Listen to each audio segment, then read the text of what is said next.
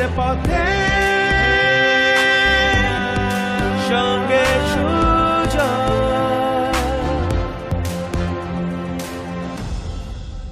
Before the colors touch our faces, before the color touch our faces, let forgiveness touch our hearts.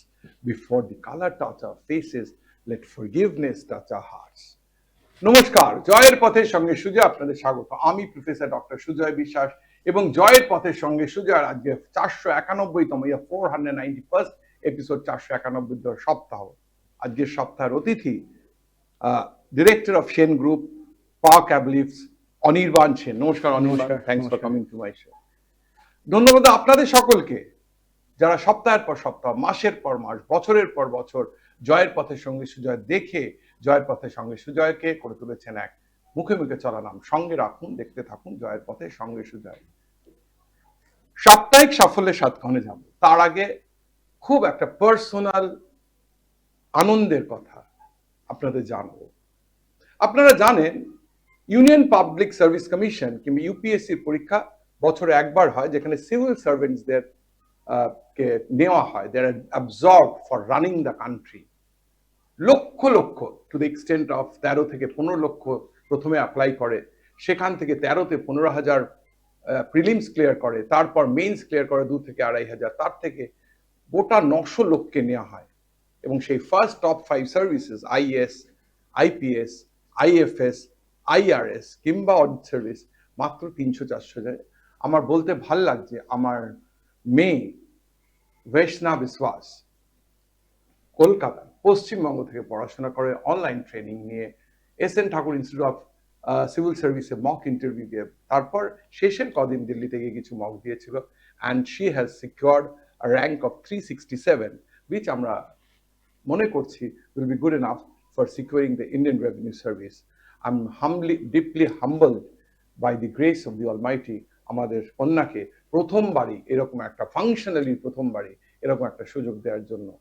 আমি জানি না ও সত্যি আরো আরেকবার দেবে কিনা, কিন্তু আমি চাইবো যেটা ঈশ্বর দিয়েছেন সেটাকে হোল হার্টেডলি এনজয় করে with the financials of the কান্ট্রিকে আরো এম্পাওয়ার করা। যে ফাইন্যান্সিয়ালস গোল্ডম্যান স্যাক্স বলছে 2075-এ take over the financial strength of the United States. চলে আসবো সাফল্যে সাতক্ষণে। আশীর্বাদ করতে থাকবেন, try to help support the people in challenges, without challenges, mentally, physically, financially. আপনাদের আশীর্বাদ যেন আমার এবং আমার পরিবারের উপর, স্ত্রী, আমার কন্যা, আমার বাবা, আমার শাশুড়ির উপর এবং আমার ভাইয়ের বউ and আমার লাইফ লং ফ্রেন্ড সবার উপর বর্ষিত হতে থাকে। Also are my colleagues in Techno India, my ex-colleagues in Dasto, DSQ and all the companies that I have worked, Compro Systems. সাপ্তাহিক সাফল্যের shortcut first rule, dream big. স্বপ্ন বড় দেখতে হবে, না হলে স্বপ্ন সাফল্যের চাবিকাঠি পাওয়া যাবে না। মেয়ে স্বপ্ন দেখছে যে প্রথম 10 জনের মধ্যে হবে, পারিনি, but she has secured a rank which is good enough to give one of the topmost services of the country. Work hard with discipline, ভীষণ কথা, এটা খুব ক্লিশে লাগতে পারে, কিন্তু ওয়ার্কিং হার্ডের কোনো রকমের কোনো শর্টকাট নেই, কোনো অল্টারনেটিভ নেই।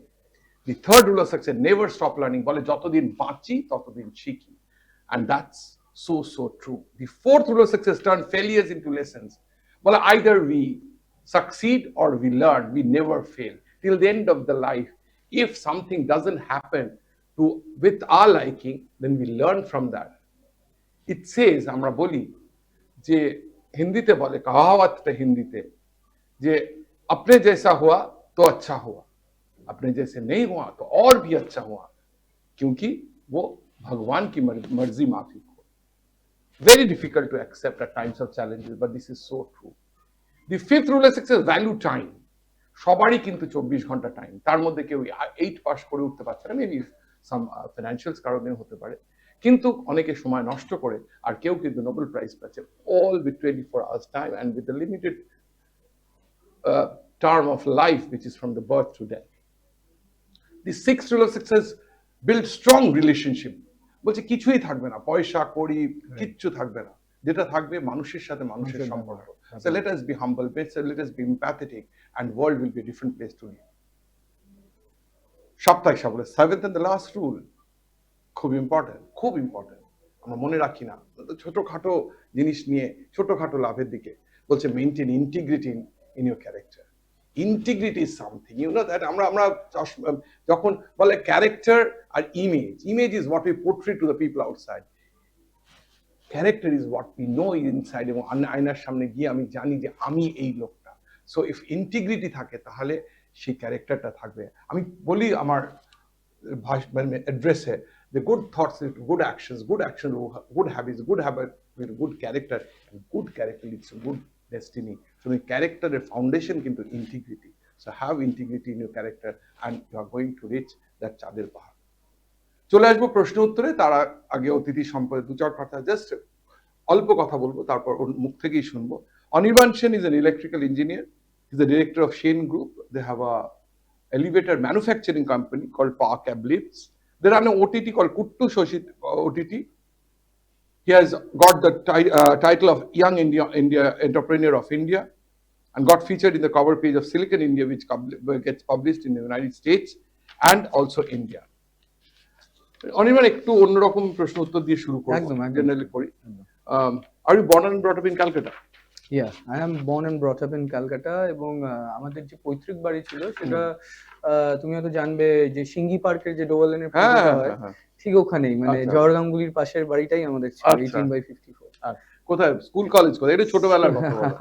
স্কুল কলেজ বলতে স্কুল আমি পাস আউট হচ্ছে বেটার হাই স্কুল, আর কলেজ ছিল গলগ্রিনের কাছে। গলগ্রিনে, হ্যাঁ, আমি ছোটবেলা থেকে ওখান থেকেই পড়েছি। আর কলেজ আমার ছিল হচ্ছে ক্যালকাটা ইঞ্জিনিয়ারিং কলেজ, যদিও বা আমার যাওয়ার কথা ছিল বাইরে, মানে সিডনি ইউনিভার্সিটি থেকে আমার কল লেটার চলে এসেছিল, কিন্তু আমি যেতে পারিনি কারণ ওই সময় বাবার হার্ট অ্যাটাক হয়। ও আচ্ছা। তো এবার আমি যদি বাইরে চলে যাই তাহলে এত বড় এম্পায়ারটা পুরো কে দেখবে? কে দেখবে? ক্যালকাটা ইঞ্জিনিয়ারিং করবে, Calcutta institute of engineering management, মানে তোমার সাথে বাড়ির কাছেই, তোমার তো টলিগঞ্জ, ওখান থেকে তুমি ইলেকট্রিক্যাল ইঞ্জিনিয়ারিং করো। আর আজকে তোমার এতটা এসে, মানে এতটা বেশ কিছুটাই বাকি, বেশিটাই বাকি, স্টিল তোমার কি মনে হয় যে স্কুল কলেজে পড়া, আজকে তোমার ব্যবসা এমনি ছিল, পৈতৃক ব্যবসা, তুমি অফলাইন বলছিলে, এই পড়াশোনাটা কি খুব দরকার ছিল, নাকি এই পড়াশোনাটা how much is helping this school আর ইংলিশ মিডিয়াম স্কুলে পড়েছো, আর ইঞ্জিনিয়ারিং কলেজে পড়েছো, বিটেক করেছো? এক্স্যাক্টলি, বাট দেখো যে কোনো না, অবভিয়াসলি আমি এটা মানি কি practical knowledge is very much important, but at the end of the day তোমার যদি থিওরিটিক্যাল নলেজটা না থাকে না, তো ইউ ক্যানট, মানে ওটাকে তুমি ইমপ্লিমেন্ট করতে পারবে না প্র্যাকটিক্যাল ফিল্ডে। তোমার ইট ইজ ভেরি ইম্পর্টেন্ট যে তোমার কাছে থিওরিটিক্যাল নলেজটা যেন থাকে, মানে ওটা নিভ মানুষের। আমরা ছোট থেকে যে বড় হচ্ছি, স্কুলে যা শিখছি বা স্কুল থেকে যে ছোট থেকে হ্যাবিটস গুলো আমরা নিজেদের মধ্যে ইমপ্লিমেন্ট করছি, সেটাই কিন্তু আমাদের ফিউচারের মানে রেপ্লিকা, আমরা ওটাই মানুষকে দেখাই যে আমরা ওটাই। আমি যদি ছোট থেকেই আমার থিওরিটিক্যালি যে আমি পড়াশোনা করেছি বা আমার যে নিফটা তৈরি হয়েছে সেটাই যদি উইক হয়, তাহলে আমি প্র্যাকটিক্যালি তো কিছু ইমপ্লিমেন্ট করতে পারবো না। So you think that this is exactly, this is very কেন তোমার প্রশ্নটা করলাম বলো, আমি প্রত্যেকটা হোস্টকে এই প্রশ্নটা করি, তার কারণ আমি তো, তুমি জানো যে টেকনো ইন্ডিয়া অনেক বছর আছি, তো অনেক ছেলে, যেহেতু আমি নানান ভার্টিকালসে আছি, আমি টেকনো ইন্ডিয়াতে রয়েছি, আমি নিজে ইঞ্জিনিয়ারিং প্র্যাকটিস করি, আমি ভ্যালুয়েশন করি, রিয়েল এস্টেট ভ্যালুয়েশন করি, আমি এই শোটা যেহেতু অলমোস্ট 10 বছর হতে চলে, সেকেন্ড, মানে যেভাবে হার্ড ওয়ার্ক করে এই শোটাকে এগিয়ে এনেছো আমরা তো দেখি সব সময়। Thank you. তো তারপর আমি সিরিয়াল করেছি, সিনেমা করি, গান করি, তো সকলে এসে বলে স্যার আমার একটু অভিনয় করতে ইচ্ছে, আমার একটু গিটার বাজাতে। আমি বলি বেসিক পড়াশোনা কি করছো? বলে কম্পিউটার সায়েন্স করছি কিংবা ইলেকট্রনিক্স। আমি বলি এটা শেষ করে না, দুবেলার ডাল ভাত যেন এর থেকে, কেন এক্স্যাক্টলি আমি সিরিয়াল কিংবা সিনেমা করতে গিয়ে দেখেছি এস্টাবলিশড অভিনেতারা একটা আনসার্টেনিটি মানে ভোগে, বিকজ একটা রেগুলার রোজগার না থাকলে এবং সেই পরিমাণের মানে স্কিল না থাকলে, লাক না থাকলে, ভাগ্য আর পুরস্কার করে, ভাগ্যটা ভীষণ দরকার এই পারফর্মিং ফিল্ডে। তো সেই জন্য, তাই জন্য এই প্রশ্ন, মানে সার্টেনিটি বলে এই ফিল্ডে কিছু নেই যে আমার ধরো আজকে 10টা প্রজেক্ট থাকতে পারে, কালকে নাও থাকতে পারে। একদম। এবং এই যে তোমার ধরো আমি যেখানে কোনো টক শো বলো, মানে এই যে 10 বছর চলছে এরকম টক শো কিন্তু খুব কম, মানে নেই, ধরা বলতে গেলে নেই। তারপর হচ্ছে ধরো ইউটিউবাররা যারা করছে, ফেজ আউট করে, যে ভাইরাল হয়, মাঝে একটা মহিলা এলো যার রান্না খুব ভাইরাল হলো, বাট সে তো হারিয়ে গেল। এই যে কাঁচা বাদাম, সেই ভদ্রলোককে তো একদম কি মানে একদম সর্বনাশী হয়ে গেল, তার যা চলছে একদম সর্বনাশী হয়ে গেল। সুতরাং আমি বলি অ্যাজ এ সিভিল ইঞ্জিনিয়ার, আমি বলি ফাউন্ডেশন যত স্ট্রং হবে, স্ট্রাকচারটা তত স্ট্রং। এক্স্যাক্টলি। সুতরাং এই ফাউন্ডেশনটা করার খুব, প্রাইভেট ইঞ্জিনিয়ারিং কলেজে, কিন্তু প্রাইভেট ইঞ্জিনিয়ারিং কলেজ থেকে Calcutta institute of engineering management, আমাদের একটা লক্ষ্য থাকে যে চাকরিদের মানে স্টুডেন্টদের যাতে তুমি কি মানে বিটেক করে চাকরি করেছো না তুমি না, মানে ডাইরেক্টলি চাকরি অ্যাজ সাচ আমায় করতে হয়নি, কারণ মানে বাবা যখন হার্ট অ্যাটাক হয় 2011-তে, তখন আমি এটাই ভাবলাম, কারণ আমরা জিরো থেকে বাবা দাঁড় করিয়েছে পুরোটা, আমাদের কিছু ছিল না, we used to live in এইটুকু একটা ঘর, সেখান থেকে আমরা আজ যেখানে আছি। তো এবার আমি যদি সব ছেড়ে দিয়ে, মানে মানুষটার এই খাটনিটা ছেড়ে দিয়ে আমি বাইরে বিদেশে চলে যাই, আমি আমার ভেতর থেকে অন্তর থেকে ওটা বাধা দিয়েছি। তো আমি তখন দেখলাম যে না, আমি কলেজটা করে প্র্যাকটিক্যাল ফিল্ডে আমি বাবার সাথে জয়েন করি। করার পরে আস্তে আস্তে হার্ডওয়ার্ক করে করে এখন আর বাবাকে অতটাই দেখতে হয় না, পুরোটাই আমি দেখি। মানে চাকরি করার সুযোগটা আমার হয়নি সেভাবে। That's a blessing. At the same time বলে বাঙালির দ্বারা ব্যবসা হয় না। বাঙালি মানে আমি আজ থেকে 18 বছর আছে, 8 থেকে 7-8 বছর আগেও টেকনোর ইন্ডাকশন লেকচারে যে এন্টারপ্রেনারশিপের কথা বলতে ভয় পেতাম, যে এই জন্য ভয় পেতাম যে স্টুডেন্টরা হয়তো ভাববে আমরা চাকরি দিতে পারবো। With the blessing of God 200+ companies comes in Techno India. এবং কিন্তু এখন কিন্তু লোকেরা শোনে এন্টারপ্রেনারশিপ কথা শোনে। কিন্তু তুমি তো পাস করেছো অনেক দিন আগে, প্রায় 7-8 বছর আগে। তো সেইখানে তোমার আমার মনে হয়নি, ভয় হয়নি যে চাকরি যে ব্যবসাটা যদি না চলে তাহলে তো আমি মানে একটা চাকরির এক্সপিরিয়েন্স হয়ে গেল? এক্স্যাক্টলি, কোথাও না কোথাও গিয়ে এই ভয়টা আমার হতো কি, হঠাৎ করে আমার তখন কত বয়স হবে, 19-20 ইয়ার্স অফ এজ। তখন আমি ভাবলাম যে বাবা তো এখন নেই, বাবার হার্ট অ্যাটাক করেছে, এবার বাবার যদি ভবিষ্যতে কিছু হয়ে যায়, আমি এত বড় সাম্রাজ্য সামলাবো কি করে? আমার পক্ষে নাও হতে পারে, আমি নাও সামলাতে পারি, হ্যান্ডেল নাও করতে পারি। তো এবারে আমি তখন ভাবলাম যে হ্যাঁ, একটা চাকরি তো করা উচিত, মানে অ্যাজ আ ব্যাকআপ কিছু তো একটা আমার থাকা উচিত। কিন্তু তারপরে এতই প্রেসারে পড়ে গেলাম না, এত ওয়ার্ক প্রেসার, এত ওয়ার্কলোড, তখন আর না চাকরির কথাটা মাথা থেকে আস্তে আস্তে ভ্যানিশ হয়ে গেল। এটা সামলাতে, তোমার ওই কাজটাকে সামলাতে সামলাতে এত স্ট্রেস নিতে নিতে নিতে তখন আস্তে আস্তে যখন দেখলাম যে হ্যাঁ আমি পারছি, আই ক্যান ডু ইট, তখন না ঠিক আছে, না এটাই করা যাক। তোমার বাবাই কি এইটা শুরু করেছিলেন? বাবাই এটা শুরু করেছিলেন এবং জিরো থেকে শুরু করেছিলেন। তারপরে আস্তে আস্তে মাঝখানে we had a downfall also back in 2007-8। তখন আমাদের একটা খুব বাজে ডাউনফল আসে। সেখান থেকে আমি যখন আবার ধরলাম, তারপরে we successfully now have more than 7000 installations. তোমার কি আছে যে মনে আছে যে কেন বাবা এরকম একটা, মানে একটা ম্যানুফ্যাকচারিং তো একটা বড় সেটআপ, রাইট? তোমাকে অফলাইন তুমি বলছিলে তোমরা কেবলস কিংবা কিছু জিনিস বাইরে নিয়ে আসো, বাকিটা মানে যে ম্যানুফ্যাকচারিং সেটআপ তো সব সময় রিস্কি, কারণ ক্যাপেক্সটা অনেক বেশি লাগে। এটা তুমি ট্রেড করছো না, তুমি তো ম্যানুফ্যাকচার, এখন তারপর মেইনটেনেন্সও নিশ্চয়ই তোমরাই করো। মেইনটেনেন্স আমরাই করি। এবার তখন বাবা কেন শুরু করলেন? বাবার কি ব্যাকগ্রাউন্ড? বাবার ব্যাকগ্রাউন্ড, বাবা is an electrical engineer, he is from Jadavpur. তো তারপরে না বাবা ডিসাইড করলো যে এটা এমন একটা ব্যবসা না, মানে এটার কোনো মানে তোমার ক্লোজার নেই, কারণ বাড়ি হতেই থাকবে, আর যত দিন যাবে এআই উঠিয়ে দিতে পারবে, এআই মানুষকে লিফট তো করতেই হবে। কারণ at the end of the এখন আমরা যা খাচ্ছি, মানে যে ধরনের খাবার খাচ্ছি বা যে ধরনের লাইফস্টাইল লিড করছি, নিয়ের প্রবলেম তো ম্যান্ডেটারি, আর বয়স্ক বাবা মা সবার বাড়িতেই আছে। তো সবাই এখন এটাই, আরো এই ট্রেন্ডটা বাড়ছে। এখন প্রাইভেট বাংলো, প্রাইভেট বাড়িতেও G+1 বাড়িতেও লোকে লিফট ইউজ করে।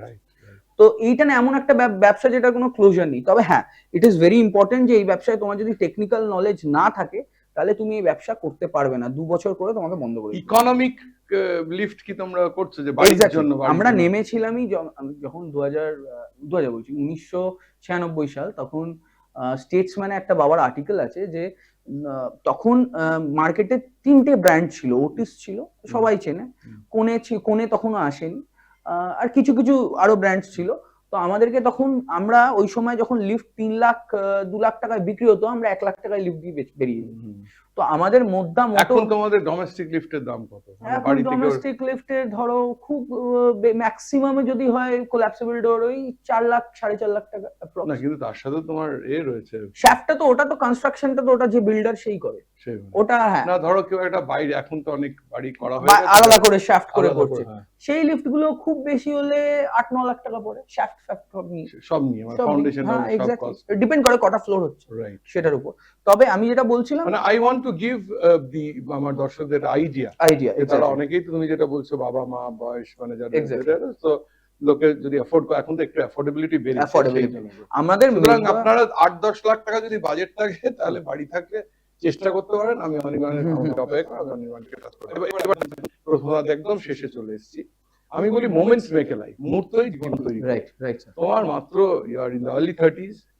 আমরা প্রার্থনা করি তোমার বাকি যে লম্বা সফর পার্সোনালি এবং প্রফেশনালি সফল হোক, আচ্ছা। কিন্তু at the same time till date কোনো মুহূর্ত যেটা you would like to cherish for the rest of your life. কেন প্রশ্নটা করে আমি তোমায় বলি, এখন কেউ এই 8 ঘন্টার টক শো দেখে না, তো আমরা শর্টস করে করে সেটা করে, এবং তার মধ্যে এই মোমেন্টসটা একটা খুব ইম্পর্টেন্ট। তার কারণ আই সিনসিয়ারলি বিলিভ যে মুহূর্তই জীবন তৈরি করে, এনি মোমেন্ট সুজয়দা অনেক আছে, কিন্তু যেটা আমি বলতে চাইবো সেটা হচ্ছে যখন আমার ফার্স্ট আমার ছেলে হলো, I saw my son for the first time, যখন হসপিটালে আমি দাঁড়িয়ে আছি বাইরে, তো যখন ওকে বার করা হলো, the face I saw, that was a different moment, I cried, I literally cried, কারণ অটোমেটিক্যালি আই ক্রাইড, ওটা ইমোশনস এমনি বেরিয়ে এসেছিল।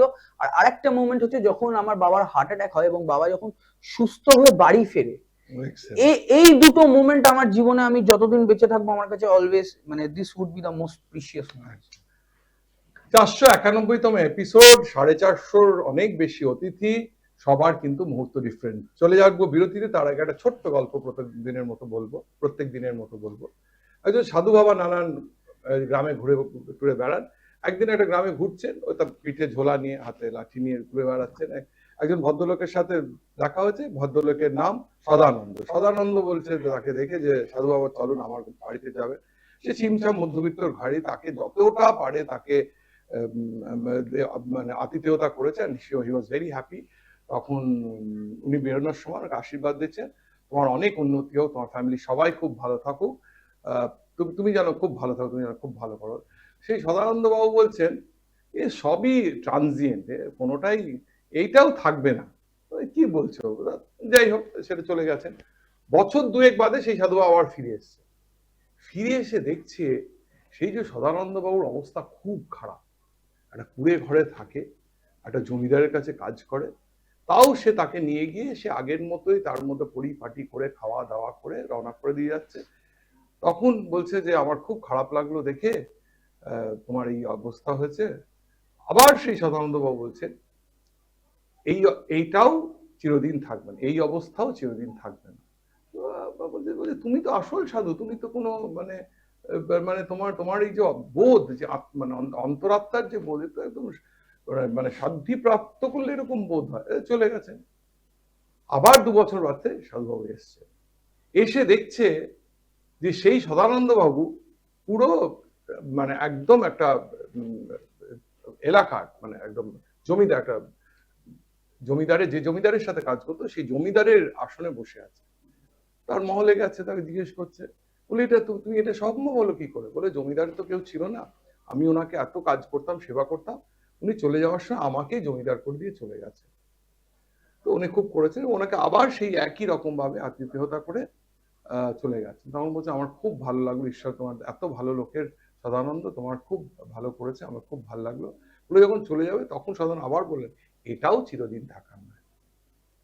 পরের বার যখন সাধু বাবা ফিরে এলেন, তখন দেখলেন সদানন্দবাবু মারা গেছেন, খুব খারাপ অবস্থায়। সেই রাজ্যের সেই জমিদারিত্বর খুব খারাপ অবস্থায়, তার মেয়ে, তার স্ত্রী, পুত্র, সন্তান খুবই কষ্ট আছে। এবং মারা গেছে বলে আমি যাওয়ার আগে তার একটা ছবি দেখে যেতে চাই, তার ছবি নিয়েও যেতে চাই, দেখে যেতে। সেটা ঘরে গেল, একটা ছবি টানানো আছে, সেখানে লেখা, অবস্থা একই রকম সব সময় থাকে না। একটা হাসি মুখে ছবি। Story and moral of the story, everything in life is very transient. আমরা এই যে হিংসা, যুদ্ধ যা করছি, it's for a very limited period of time. তারপরে কিন্তু যেটা হওয়ার, কখনো আনন্দ থাকবে, কখনো দুঃখ থাকবে, আবার আনন্দ, আবার দুঃখ। This cause life it's a small journey between birth and death. এবং সেটা যদি হাসি মুখে নিতে হবে, তার কারণ সেই শাহরুখ খানের স্টেটমেন্টটা সবসময় মনে রাখি, अंत में सब अच्छा ही होता है, we have to keep on believing the almighty। এবং আমি বলি, মানে সপ্তাহের পর সপ্তাহ শ্রীমায় স্টেটমেন্টটা বলি, give yourself entirely to the divine and you will find the solution to all your problems। চলে আসবে একটা ছোট্ট বিরতির পর। আপনারা দেখছেন জয়ের পথে সঙ্গে সঙ্গে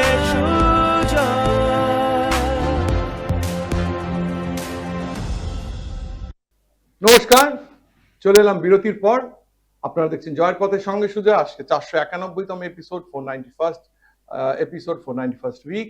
আপনারা যারা প্রথম থেকে দেখেননি তাদের জন্য বলছি, পাওয়ার ক্যাব লিফটের entrepreneur and one of the directors Anirban Sen আজকে আমার অতিথি। He's an electrical engineer by profession, but he runs this business of power cabs and also the OTT called Kuttush OTT.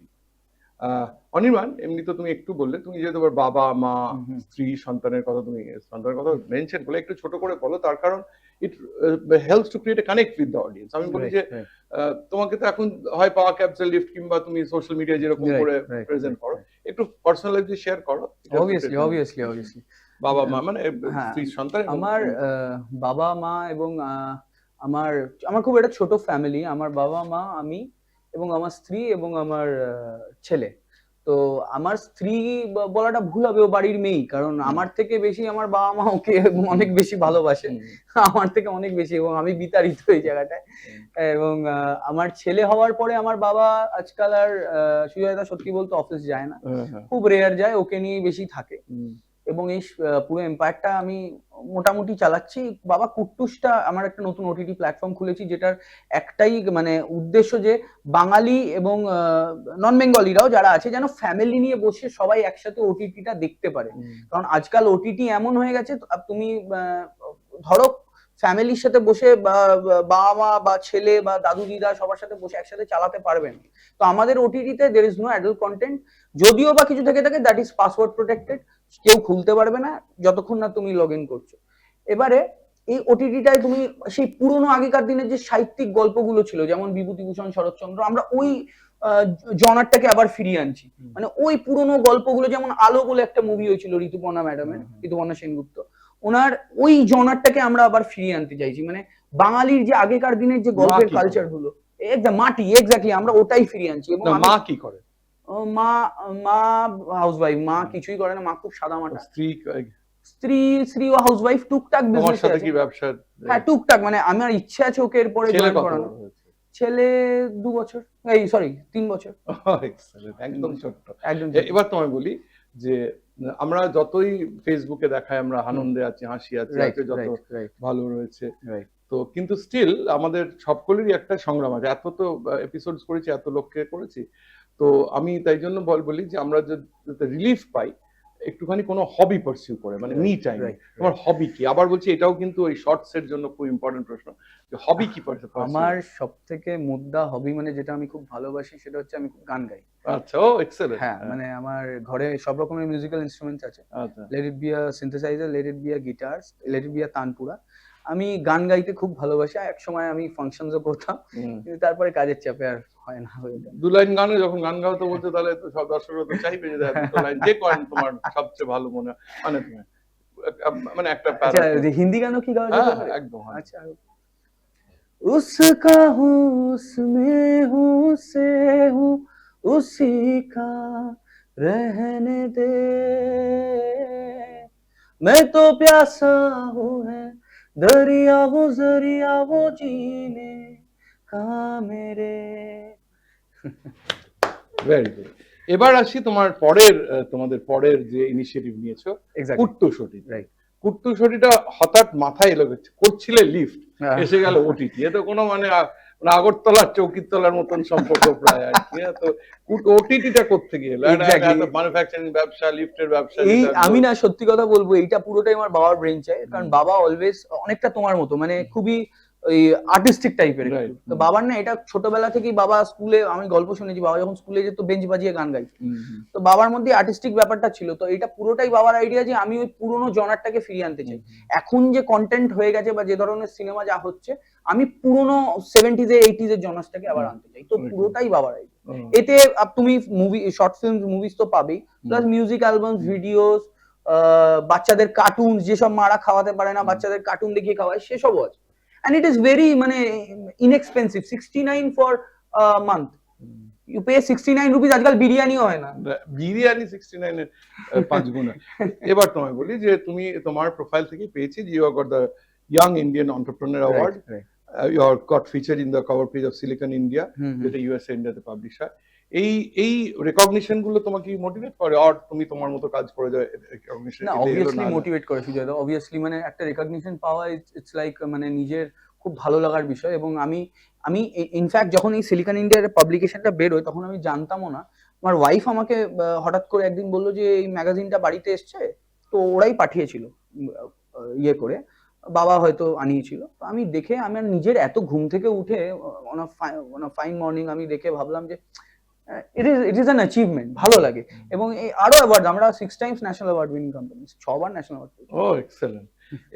এবার বলছি যে মানে এই যে লিফট এমন একটা ব্যবসা যেটা মানে লিফট এমন একটা ইনস্ট্রুমেন্ট রাইট, যেটা is not very possible AI দিয়ে চেঞ্জ করা, মানে আগামী দিনগুলোতে প্রত্যেক দিনে যেরকম কিন্তু অনেক কিছু পসিবল ছিল না যেটা পসিবল হচ্ছে, সেটা এখন হচ্ছে। যেরকম ড্রাইভারলেস গাড়ি আমরা ভাবতাম, কিন্তু টেসলা তাই করছে। সত্যি ইলেকট্রিক মানে পেট্রোল ডিজেল ছাড়া যে গাড়ি চলবে আমরা ভাবলে এখন তো রিয়েলিটি আর কি।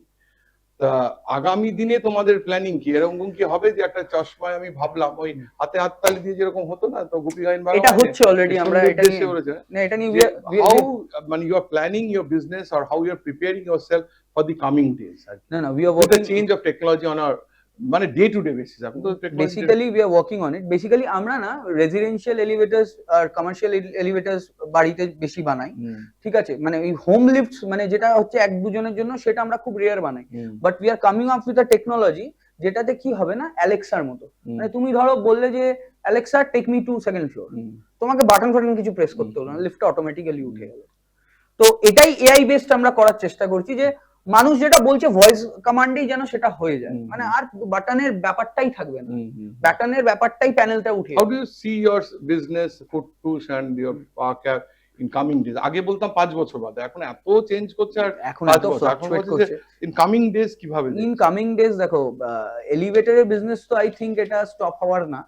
হ্যাঁ, বাট যদিও বা ম্যান পাওয়ার মানে knowledgeable manpower is very important when it comes to this, আর এখন সেটা খুব লিমিটেড হয়ে গেছে। তো এইটা একটা জিনিস আমাকে ভাবায় যে যারা এত বছর ধরে আমাদের সাথে কাজ করছে, 40 বছর ধরে, তারা যখন থাকবে না, নতুন জেনারেশন এলে তারপরে কি হবে আই ডাউট। এটা একটা খুব বড় চিন্তার বিষয়। তবে ওটিটিটা আমার এটা খুব ইচ্ছে আছে কি এটাকে আরো বড় করা, মানে এটাকে ইন্ডিয়ান মানে পুরো আমি বিভিন্ন কালচারে, ধরো মহারাষ্ট্র, গুজরাট এবং আমাদের বাংলা, আমি সব কালচারের জিনিসটাকে নিয়ে এটাকে এগোতে চাইছি আর কি, পুরোটা নিয়ে এগোতে চাইছি। তো ইচ্ছা আছে আমার এটাকে আরো বড়। So you are starting other social medias also, যে যারা ভালো চালাচ্ছে। Exactly, all the OTT platforms.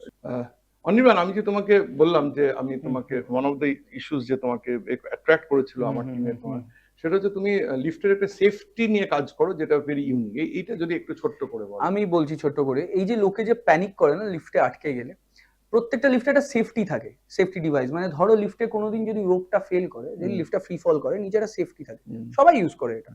তো এইটা নিয়ে না কোনো প্যানিক করা নেই। আর লিফটে আটকে গেলে আপনারা একদম প্যানিক করবেন না। লিফটের সবসময় একটা ব্রেক রিলিজার থাকে, একটা অ্যালার্ম থাকে। আপনি অ্যালার্ম দিলেই যে কোনো কেয়ারটেকার বা অপারেটর এসে আপনাকে দরজা খুলে চাবি দিয়ে, বা উপরে একটা হ্যান্ডেল থাকে, ওটাকে ঘুরিয়ে আপনাকে নামিয়ে নিতে পারবে। So it is not at all an emergency, and don't panic. Panic করলে আপনার নিজের শরীর খারাপ হবে, একদমই panic. It is very easy and convenient.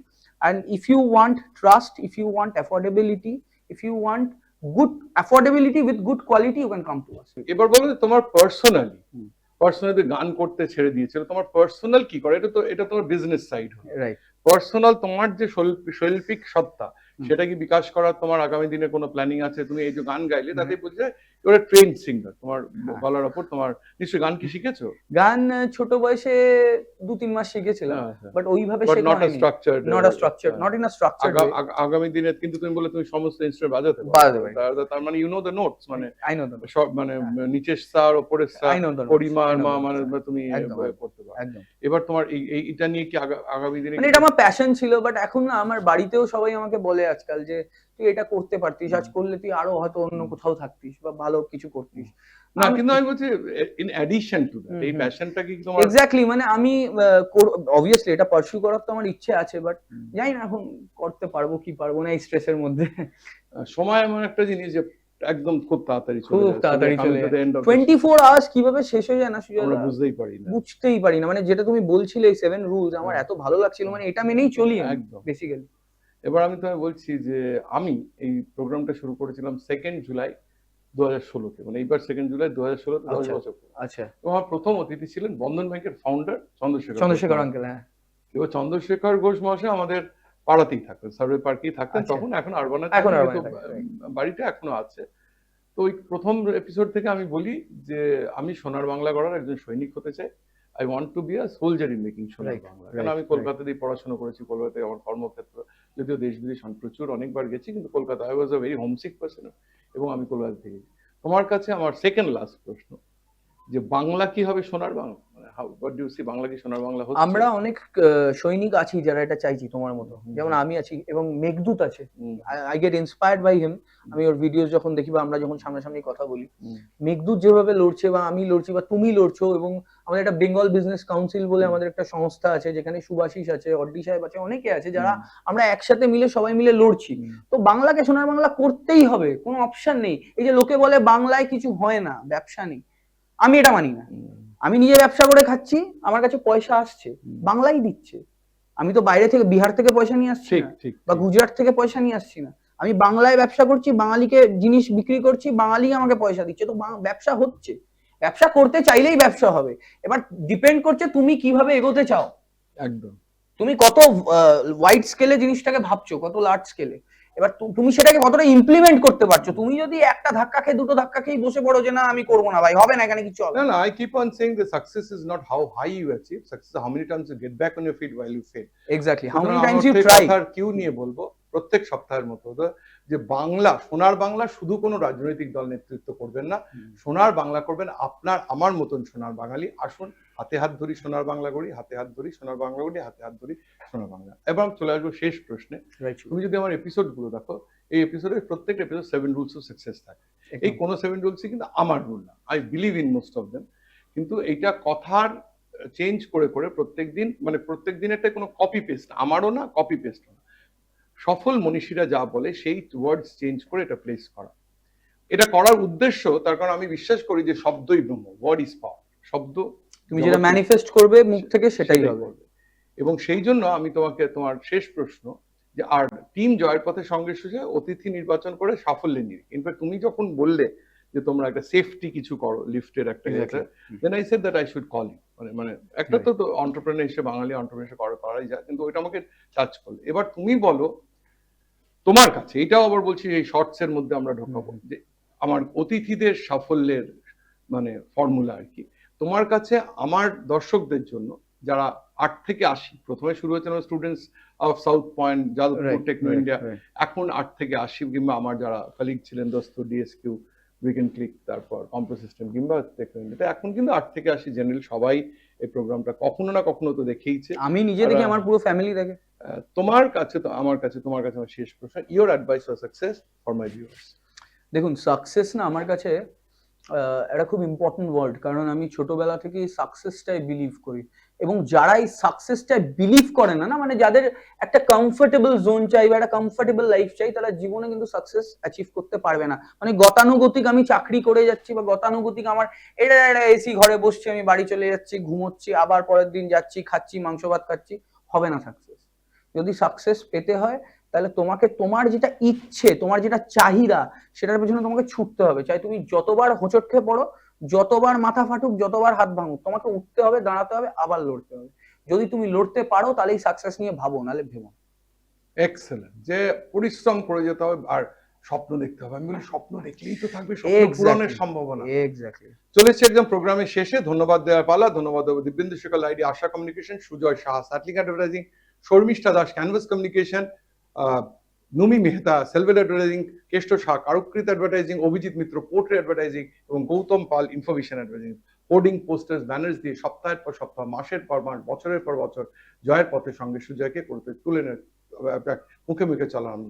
ধন্যবাদ আমার দর্শকদের, যারা প্রত্যেক সপ্তাহে, প্রত্যেক মাসে, প্রত্যেক বছরে হোয়াটসঅ্যাপে, টুইটারে, আমার ইনস্টাতে, ফেসবুকে, আমাকে মেসেঞ্জারে আমাকে মেসেজ করেন, আমার সাথে অফিসে এসে দেখা করেন, বাইরে দেখা করেন, and the motivated gets motivated. ধন্যবাদ দেবো সুদীপ কুমার কুন্ডু এবং সুশোভন কুন্ডু, ডিরেক্টর অফ রেজনবি গ্রুপ, যারা অনেক দিন ধরে আমার ডিজিটাল প্রমোশনিং করেন। ধন্যবাদ দেব সেন, যে প্রথম, মধ্যে এবং শেষে যে গানটা দেখেন সেটা ডিরেক্ট অ্যান্ড কম্পোজ করেছিল। ধন্যবাদ দেবো রাঘব চট্টোপাধ্যায়, যিনি এই গানটা অসম্ভব ভালো গেয়েছিলেন, এবং দেব এসেছিল 215তম এপিসোডে, এবং রাঘব 240তম এপিসোডে, এবং রাঘব চট্টোপাধ্যায় এসেছিল 315তম এপিসোডে। এবং ধন্যবাদ দেবো trustees and directors of Sebabrata school of nursing, যারা কিছুদিন হলো আমাদের সাথে ছিলেন। এবং ধন্যবাদ আপনাদের, and because you are the foundation of the show, যারা আমাকে মোটিভেট করে যান সপ্তাহের পর সপ্তাহ, মাসের পর মাস, বছরের পর বছর। চলে যাওয়ার আগে বলে যাবো প্রত্যেক দিনের মতন একটা শায়রি, একটা ছোট্ট শায়রি, ইন কিউ উইথ অনির্বাণ যেটা বললো, স্বপ্ন দেখতে হবে। স্বপ্ন যদি না দেখতে পারি তাহলে তো শুরুই হলো না, শেষ হবে কবে।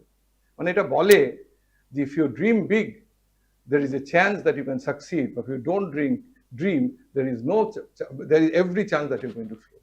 But सपनों की ऊंचाइयों को छूना है, सपनों की ऊंचाइयों को छूना है तो हौसले बुलंद रखो। सपनों की ऊंचाइयों को छूना है तो हौसले बुलंद रखो। रास्ते चाहे कितना कठिन हो, रास्ते चाहे कितना कठिन हो, कदम आगे बढ़ाते रहो, कदम आगे बढ़ाते रहो। I said one step at a time and the view is beautiful at the top. मंजिल खुद झुक जाएगी एक दिन तुम्हारे सामने, मंजिल खुद झुक जाएगी एक दिन तुम्हारे सामने। बस अपने विश्वास की लहू, अपने विश्वास की लहू हमेशा जलते रहो, अपने विश्वास की लहू हमेशा जलते रहो, अपने विश्वास की लहू हमेशा जलते रहो। नमस्कार, फिर আসবো পরের শনিবার বিকেল 5:30টায়। পথে সঙ্গে